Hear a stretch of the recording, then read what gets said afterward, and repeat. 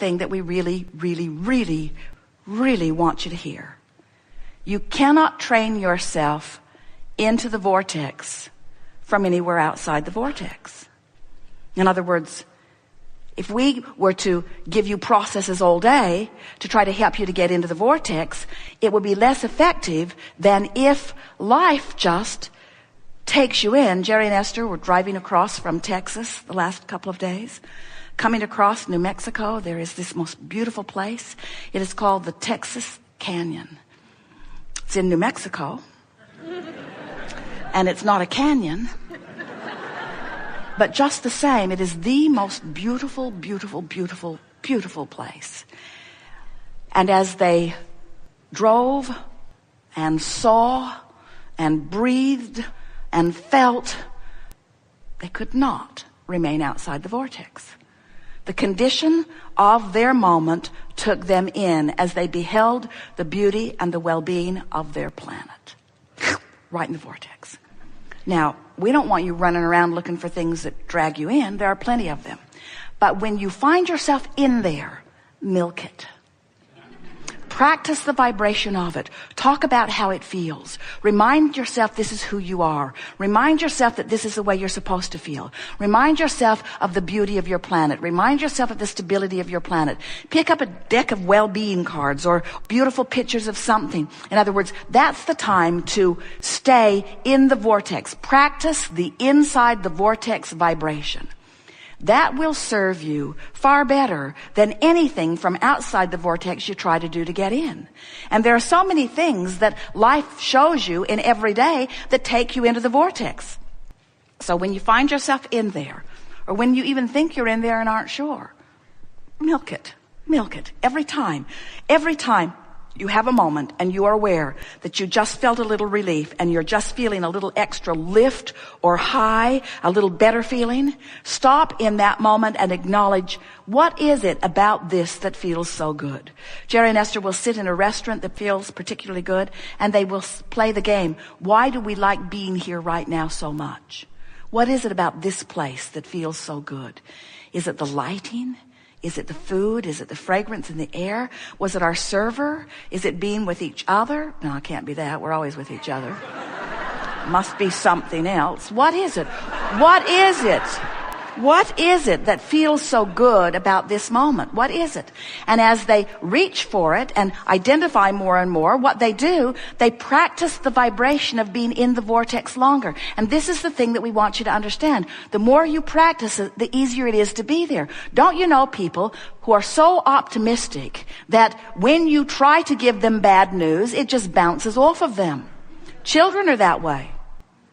A little girl in a restaurant, Jerry and Esther were sitting next to them, and the little girl was so taken by Esther. She could hear Esther's voice, so she was standing up in her booth, looking over her booth into the booth where Jerry and Esther were, and all she wanted to do was to see Esther. And Esther began winking at her and doing silly things with her silverware. She was eating with her spoon upside down and putting her napkin over her head. In other words, Esther was not helping the cause at all. Esther was attracting this little girl. And then Esther heard her father scolding her. And her father said, "Turn around and sit down now." And the little girl said, "No."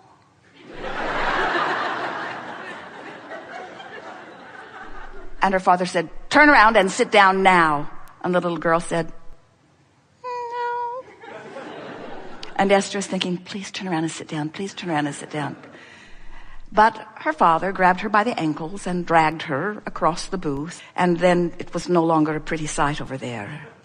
Esther felt a little bad about having temporarily dragged her into the vortex when her father clearly likes her better outside of the vortex, behaving herself. When you find yourself in the vortex. Milk it with everything that you've got until you have such a vibration going on from inside the vortex that no one and nothing that is reverberating out there with a different frequency has any access to you. And what you will begin to discover is those old troublesome thoughts that used to make their way into your consciousness frequently, they're gone. Old grudges lift off of you. You stop rendezvousing with ornery people. You stop rendezvousing with people in traffic that are inconsiderate. In other words, when you train yourself into a vibration of well-being, when you become solution-directed rather than problem-directed, when you train yourself inside the vortex, everything in your world will shift because you are the point of attraction. So we'll leave it here. We just want you to realize that the larger part of you exists. And the larger part of you, we have not said this before, but we want you to hear it now. If we were standing in your physical shoes, the soul energy, source energy, larger part of us would be our point of attraction. In other words, we would do anything and everything that we could do to deactivate any vibration that would hold us apart from our prosperity, from our well-being, from our clarity, from who we really are, from our love, from our efficiency, from our effectiveness, from our love of life, from our zest for living. As you begin thinking vibrationally and feeling vibrationally, which means feeling emotionally, and tuning yourselves by virtue of your emotions more into compliance or alliance or alignment or resonance with who you really are, you're going to just have the most wonderful physical experience, because to be in a physical body and in sync with that source energy makes every conscious moment indescribably delicious. In other words, inside the vortex, there's no shortage consciousness. Here's another way of looking at it. As you stand in your body in this time-space reality, and you know what you don't want, so you know what you do want, you're putting things in this vortex, this vibrational reality, that you may live out over many hundreds of lifetimes. Here's an easier way for you to hear it. This generation, as you are living today, through your awareness of what's going on your planet, are actually putting requests into your vibrational reality that Source is considering present tense. And now the present tense energies that are being born into your environment are coming with that knowing, with that expectation, with that belief. Talk about a generation gap. So it is accurate to say that what you are living now is setting the stage for future manifestations. But here's where the line is blurring, and we love that it's blurring for you in such a fantastic way. We call this vibrational reality present tense. Humans usually don't want to do that. They don't want to call anything present tense that hasn't manifested in a way that everybody can see it. That's what slows your science down so much. Not only does everybody have to see it, but everybody has to see it exactly the same way before they will call it factual, evidential reality, you see. And that slows you way, way down, because now you have to wait for all those people that aren't even interested in that to give their attention to it, you see. But if you will accept that when you put it into this vortex of creation and Source, the energy that creates worlds, including your inner being and all that you are, is already seated as present tense. If you can train yourself into the seeing it as present tense by being willing to feel it and not need to see it and hear it and smell it and taste it and touch it. Feeling it's enough. Like the woman who has arthritis in her hips, she says, Abraham, how can I have positive thoughts when I'm in so much pain? And we said, you can be in pain and feel fear, or you can be in pain and feel hope. And the vibrational difference between fear and hope is the difference between recovery or not. So this is sort of the same thing that we're talking about. Even though it hasn't manifested, if you can feel it, if you can know it, if you can feel it and know it vibrationally and emotionally, it has to manifest for you. It has to, and it will. We just want it not to matter whether it manifests or not, because feeling it is what you're reaching for anyway. And that's when you begin to blur the lines. In other words, in your hope or belief in a peaceful world, you no longer have to deal with war, because you have found what war caused you to ask for. And as you focus there and find it and find the relief of it and practice the relief of it, law of attraction can only deliver you to the peaceful world that you have conjured, you see. But someone who is still warring is going to find a war-filled world, and they're going to call you delusional. And you're going to have to be able to let them call you delusional without it jerking you out of the vortex. You're going to have to just know they just don't understand. They don't know. They don't see the big picture. They're still dealing in realities and in evidence and in facts. And I'm dealing in vibrational frequencies and who I really am. I've blurred the line. That vortex keeps moving on you. It keeps moving to a purer and purer and purer place.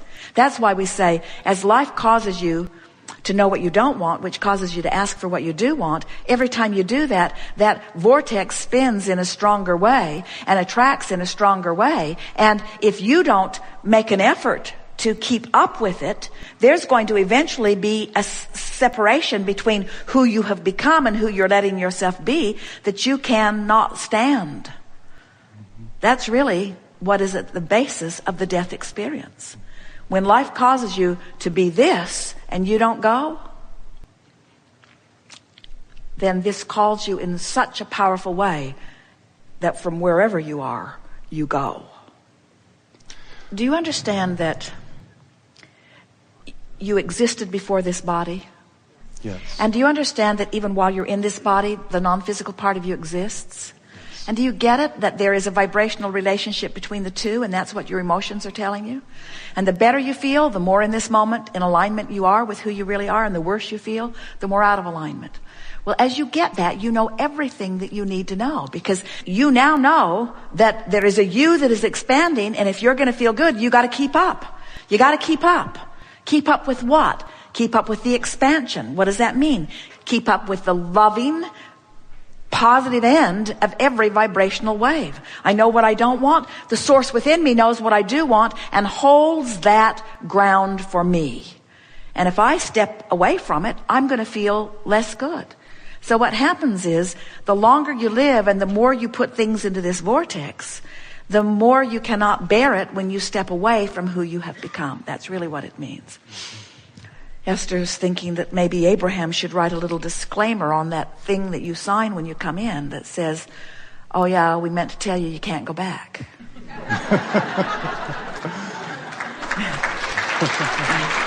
Because you know too much. You know too much. Once you know who you really are, and you don't keep up to speed with who you really are, it's more painful than it was before you knew who you really are. Here's a distinction that will really help you.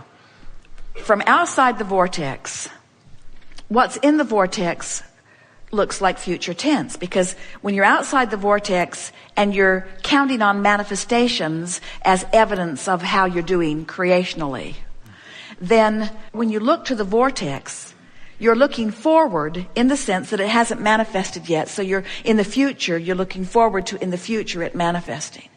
But if you are inside the vortex, looking at the same situation, where you, in present tense, in real terms, right now where all of your power is, you're feeling the emotional alignment that indicates that you're a vibrational match to these things that you're asking for.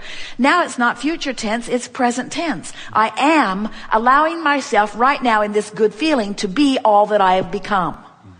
And it's only the looking back for the manifestational evidence for the purpose of proving it to the others that trips you up, you see. And that's sort of where you started earlier with us today, that others see you as sort of way out there. And we say people not in the vortex always see people who are in the vortex as wackos. Because they want you to be real. They want you to face reality. And they don't take it well when you say, I don't want to face reality. I want to face vibrational reality. Oh man, you've really gone off the deep end. I'm facing vibrational reality. Well, you need to face reality. You need to get your head out of the clouds and come back and face reality. And you want to say, reality is old news. Even what's manifested right now, it's old news. It's old news. It's past tense. The money in my bank account right now is past tense. My physical bodily conditions right now are past tense. They're past tense because there is a vibrational reality that's new and vivid and current, and it's who I really am, and it's based on that all of my emotions are, you see. Are you getting this? Isn't it wonderful to know that when you look into your bank account and you feel discouraged, that you're not discouraged because you don't have enough money in your bank account. You're feeling discouraged because you're looking at your subject of prosperity in a bogus way in comparison with what the source within you knows is vibrationally in your bank account. And if you could feel that discouragement and understand that it is that focus and therefore that subsequent discouragement that is holding you back, and you could reach for the feeling of abundance that the source within you knows, your money situation would turn around in a day.